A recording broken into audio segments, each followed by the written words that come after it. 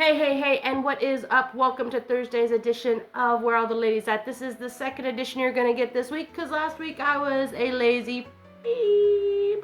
And it's going to happen. So, I didn't want you guys to miss out on all these fantastic women. I just uploaded Kutulun, who is a Mongolian princess, warrior, wrestler, badass, right?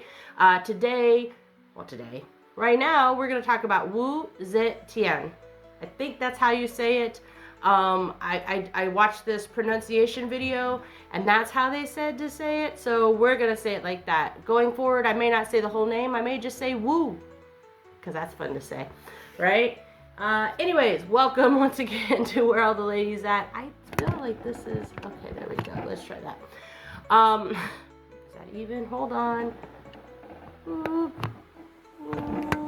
All right, that looks good. All right, perfect. All right, welcome. This is Where All the Ladies At. This is the Thursday edition. That means we're focusing on badass women in history.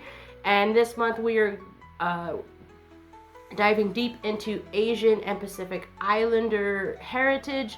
And that means every person we're going to cover is going to be from that part of the world. Most of them are in Asia. I did do one goddess. By the way, if you check out Monday's edition, you'll see from the Philippines.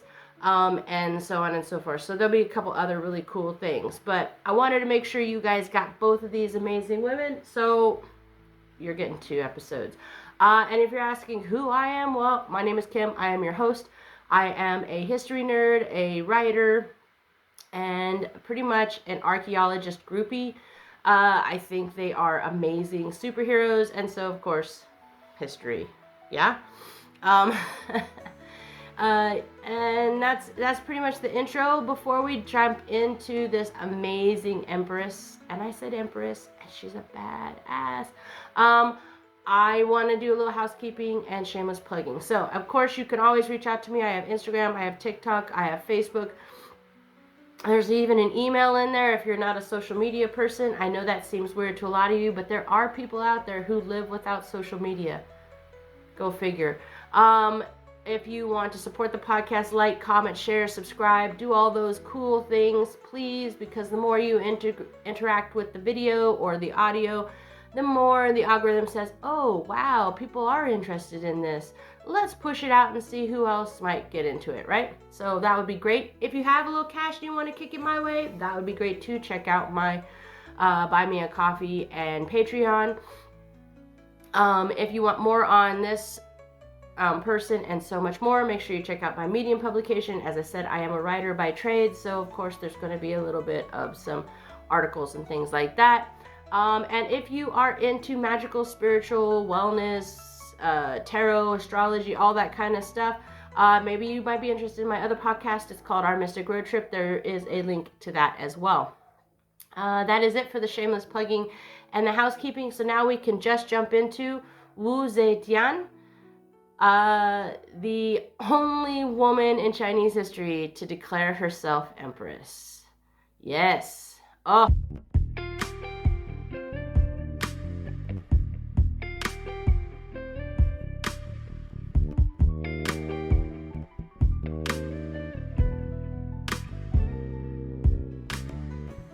Love it. All right, so here's the thing. You know the drill. I like to talk about what's going on in the area. In this case, it would be 8th century China and what it was like for women at that time. Because, as I always say, I really think like by understanding where they came from and what they had to go up against, it really gives you more of an insight into them as well as the challenges that they overcame. So let's set the stage, okay? It's the Tang Dynasty. It is a high point of Chinese civilization. It's kind of like the golden age, right? This was a time when the Silk Road was the trade route, basically. It was spices from India, glassware from Persia, ideas, religious, artistic, political, all these things were flowing through cities like Chang'an. And by the way, I just want to preface this. I'm going to pronounce them the best I can. Hopefully I pronounce them right, and if I don't, I am most welcome to having people help me. Just do it in a nice way, please. Chang'an was kind of like the heart of the empire. It's kind of a place where you could hear all kinds of different languages, and you could go get silk and listen to poetry and everything. It was this major place, right? But beneath that cultural greatness, the imperial court was kind of like this pressure cooker, right? There was ambition and bloodlust and all that stuff. Typical, right? Because if you're thinking about it, this imperial thing was no different than what you would have, say, in the royal houses of Europe, right? Anytime there's power, there's going to be intrigue, there's going to be ambition, there's going to be bloodlust, there's going to be backstabbing, all that stuff, right? There was ministers plotting, eunuchs were whispering around, concubines were making power plays, right? And the palace, though it was made of jade and gold, betrayal was just around the corner everywhere you looked, right? Philosophically wise, the spiritual, kind of like the spiritual software that was running the empire, was Confucianism. It was pretty much the main system, right? And its rules for women, well, they were not very empowering, right? The ideal woman was supposed to be obedient. They were supposed to be invisible, dependent on the men, right? And so a woman's worth was really measured by how well she served the family and how little she stirred up trouble. Education was kind of rare. And if you had ambition, you were pretty much a criminal from the moment you started thinking that you could be better, right? And this is where Wu Zhao, and I think I said her name right, she was born in 624, and we'll go into her life in a little bit, but this was the life that she was born into, right? She watched the world, the world was like, no, you can't do that, especially to women, right? And she just wasn't going to have it, right? So we talked a little bit about women. I want to go a little deeper into this, right? So in 8th century China, as I said, Confucianism was pretty rampant. And at this point, life kind of revolved around the three obediences, right? You had the obedience to your father, your husband, and then your son. And the value of a woman was really measured in her modesty and how well she was a mother and how well she kept her opinions to herself.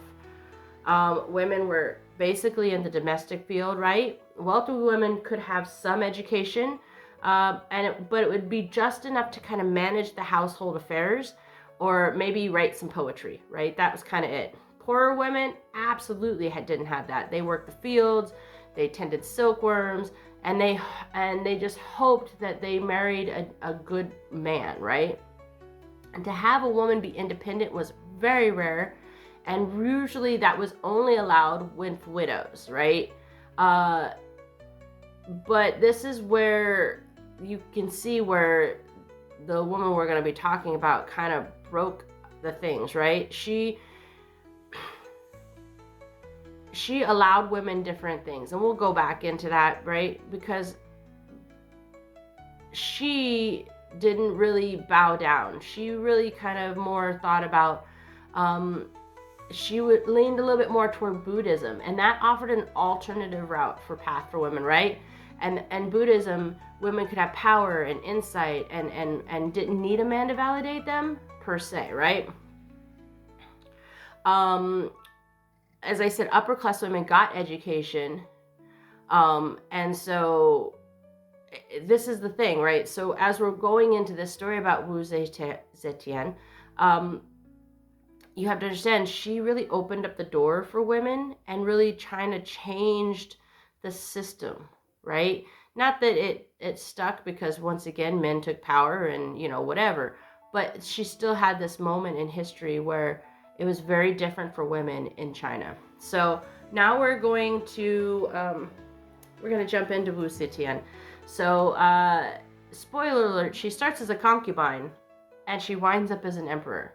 So there alone, that story, I'm sure there's been like Chinese movies about her or maybe that, but I don't think there's ever been. I think her life could be a amazing movie, right? All right, so let's jump in it. So she was born in 624 CE. By the way, just as a heads up, and I always say this quite frequently, I just want everybody to know I use BCE and CE instead of BC and AD because I do, that's kind of what they do in academic circles. And also, I do believe that time is not built around Christianity. And I hope that doesn't offend anybody. It's built around time. And so having anything having to do with Christianity doesn't make sense to me, right? So CE is Common Era and BCE is before Common Era. All right, now that I've done that and probably scared off a few people, let's get jumping. So she was born into a pretty wealthy and well-connected family during the early Tang Dynasty. Most girls of her time were kind of taught to embroider and stay quiet, but she had a little bit of education. Her family taught her to read, write, and have a little bit of critical thinking. Her father kind of really believed that education wasn't just for the boys, which was a crazy idea right then. So Wu kind of grew up reading Confucian classics and studying political theory and analyzing historical battles. You know, at 14, she entered the imperial palace as a fifth-rank concubine to Emperor Taizong. I think that's how you say it. And that is not as glamorous as you might think. She wasn't catching eyes. She wasn't making waves. But she was very observant. And this is what she did. This is why I think she got as far as she did. She knew early that the palace was less a home and more a battlefield, right?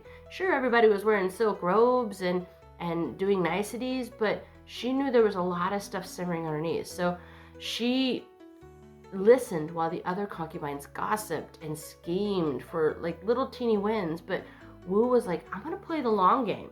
I'm going to play the long game. So she studied the emperor's moods, the officials' dynamics, the subtle art of imperial survival, right?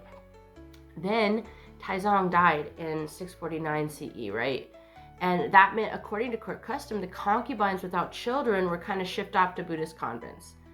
And Wu followed suit, right? So she didn't go quietly into that life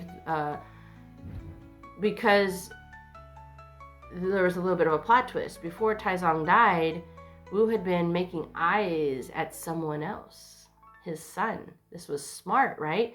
This guy was Gaozong, I think that's how you say it, was going to be the emperor. So she had been like flirting with them and weekend with them, right? And it didn't take long for her to like, it was like she went to the convent for a day and then she came back kind of idea, right? So Gaozong brought her back, right? And made her his consort, right? And this is where Wu made her moves, right? Slowly, smartly, and ruthlessly. You know, Gaozong suffered a debilitating stroke. Now, there are some that might think that she had something to do with that, and there's no yes or no there's yes, no definite, but she did step in, and she didn't step in as a temporary thing. She was the power behind that throne. Anybody who opposed her, they were removed. And sometimes that was quietly, and sometimes very permanently, if you get my drift. She really kind of played the court like she was a grandmaster in chess, right? She installed allies in key spots. She outmaneuvered rivals, and she kind of rewrote the playbook of what was going on, right? And by 1660, she was essentially ruling in everything but name. But, you know, just like everybody else, like I want to get recognized for my work, right? We all do. When we do something, we want our name put on it. That's why being a ghostwriter sometimes is so hard. It's like, oh, I worked really hard on that, but I can't put my name on it, right? But even still, it's the same thing for everything. She was not content just being behind the curtain, like, right? So she wanted to throne herself. And in 690 CE, she took the throne. Not as empress, not as regent, but as emperor, Wu Zetian, right? And she was the first and only woman to ever rule China in her own name, right? She declared the founding of the Zhou Dynasty. It's Zhou. I think that's how I know. And she got rid of that Tang, right? Booting the Tang out of power, temporarily, of course. Mass panic, right? From Confucian scholars everywhere, because she really leaned a little towards the Buddhism thing, right? She was shattering the glass. She replaced everything, right? She went from concubine with a great memory to the most powerful person, right? So now she has power. What's she gonna do, right? Oh, wait. Just wait, right? So she takes the throne. She didn't redecorate. She redecorated the palace. She reconstructed the entire empire. She ruled with intellect, brilliance, and she had this really deep understanding of image and ideology, right? And she knew that it mattered almost as much as force, right? Almost like if you know anything about history, like Velvet Revolution, right? And that's it. So the first move she did was she reshaped the bureaucracy, right? She expanded the imperial civil service exam system. That had previously been more ceremonial than anything else. And under her, it became a real ticket to power, right? Men from less elite, non-aristocratic families, merchants, farmers, all of those, suddenly really had a shot at joining the imperial administration. She really looked at merit over birthright, right? And in ancient China, that was super revolutionary. But she didn't really do everything out of the kindness of her own heart, right? The old money aristocrats really hated her, and they did it so openly. And she knew she needed loyal, fresh-faced bureaucrats, right? So, and it would be even better if they owed her everything. So that's why she flipped the table. She rewarded talent over titles, right? And stocked the government with people who really kind of supported her because she gave them a chance that no one else was going to give them. All right? And then, as I said, there was a religious pivot, right? Confucianism had long been the philosophical backbone of Chinese politics, but there wasn't a lot of girl power moments in Confucianism. You know, there were strict gender roles, like I said earlier, right? So she just was like, hard pass, I don't want that. Instead, she elevated Buddhism. And this was the spiritual philosophy of her reign, right? Buddhism offered a more egalitarian kind of look, and one where women could hold sacred authority. They could become nuns and even attain enlightenment, right? So we'll use this to full effect, right? She sponsored Buddhist temples. She supported translations of sacred texts and even commissioned artwork, right, that depicted the Buddha as a female. Not really subtle, right? But pretty brilliant, right? By tying her legitimacy to divine wisdom and Buddhist virtue, she really positioned herself as not just a ruler by right, but as a spiritual leader, right? She was spiritually chosen. And you couldn't argue with her without arguing with karma. So this put her in this position where she was kind of a badass, right? And of course, her support of women wasn't just symbolic. You know, for the first time, female advisors and scholars appeared in the imperial court. That's, you know, it was unprecedented and really quietly subversive, right?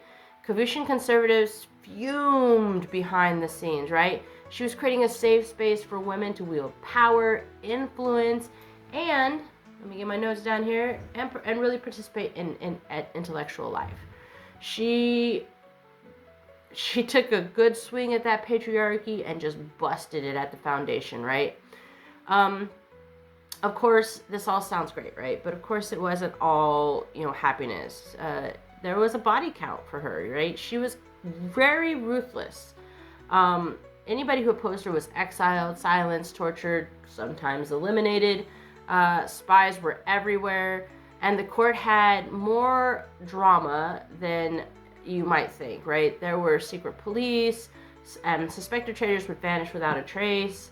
Rumors say she even executed members of her own family when they got too ambitious. That's pretty tough, right? She controlled, and she did it unapologetically, right? So, for nearly 15 years, she was an emperor, right? And decades more as the power behind the throne. So, she held the empire together with kind of this mix of, you know, bloodshed, Buddhist strategy, brilliance, right? She really showed that women could rule, and not just as a figurehead, right? She was a full force emperor. And the empire didn't crumble, it thrived. She didn't soften the system to fit her, she just reshaped it to fit her, right? The thing, and in 705 CE, she dies, right? Confucian historians kind of worked overtime to ruin her rep. So, like with most things, right, she had this really, really impressive reign, and then the enemies or the people that that felt that she was the enemy when she was gone just trashed her reputation, right? They called her manipulative, they called her cruel, unnatural, they kind of downplayed any of her reforms and really painted her as more of a tyrant, you know. But modern historians, they're kind of giving her some boost, right? Wu Zetian held power in a world that told her she couldn't, and that she couldn't do that. She couldn't even speak. And she reformed the government, and she elevated Buddhism, and she showed women what leadership could look like. She wasn't playing a game. She really was creating a game, right? She built the rules. She was far from a flawless emperor, right? She was a woman of her time, so cutthroat, ambitious, often ruthless. She was also brilliant and daring and unstoppable, right? She had to be cutthroat, she had to be ambitious, she had to be ruthless in order to get where she was. I think in a world that really expected women to be demure and subservient, she just didn't want to fit into that box, right? She didn't just rule as a figurehead, she ruled with an iron fist. She just happened to be wrapped in a pretty package of silk, right? She transformed the patriarchy. She was, for the first time in Chinese history, she sat on a throne, and she was empress and emperor in her own right. And she did not get there by playing nice, for sure. She didn't. But despite all of that, Wu Zetian had a vision.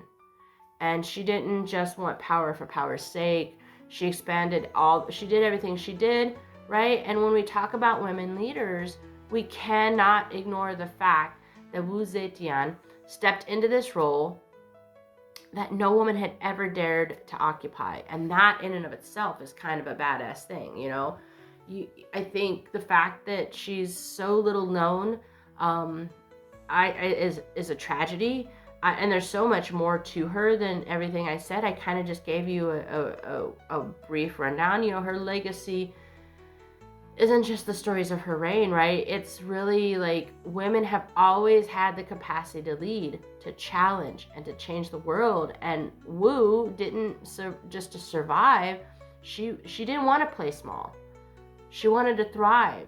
She really proved that women who take the reins, there is anything is possible. And I think this is a great message now when we're seeing so much upheaval and turmoil in the world, to realize that sometimes those people that don't feel they have a voice are the ones that could have the biggest change in the world if they just had the ability to step up. So much could change. And that's it. I hope you guys really enjoyed this look into a Chinese badass, right? She took her cards and she made them what she, you know, awesome. She's just an awesome lady. So like I said, I hope this story inspired you. I hope you go out and check out more about her. I know I think I saw there's some books about like fiction books that are kind of based around her. Just check it out. Just type in Wu Zetian and see what you can find. I think you'll be surprised. Anyways, that's it for this episode, guys. I hope you really enjoyed it. I hope you're enjoying a look into the Asian Pacific Islander badass women of history and myth and legend. Yeah, I hope you enjoy. And as always, guys, if you want to reach out to me, you can do that through my social media, through an email. If you want to support the podcast, like, comment, share, follow, subscribe, do all those good things. Or if you want to kick a little cash, there's ways to do that. And if you want more information on this person and so much more, check out the Medium publication. And if you're into magical, mystical, spiritual wellness, holistic healing, and that kind of stuff, check out my other podcast. It's called Our Mystic Road Trip. And that is it for this week. As always, guys, stay curious, stay blessed, stay safe.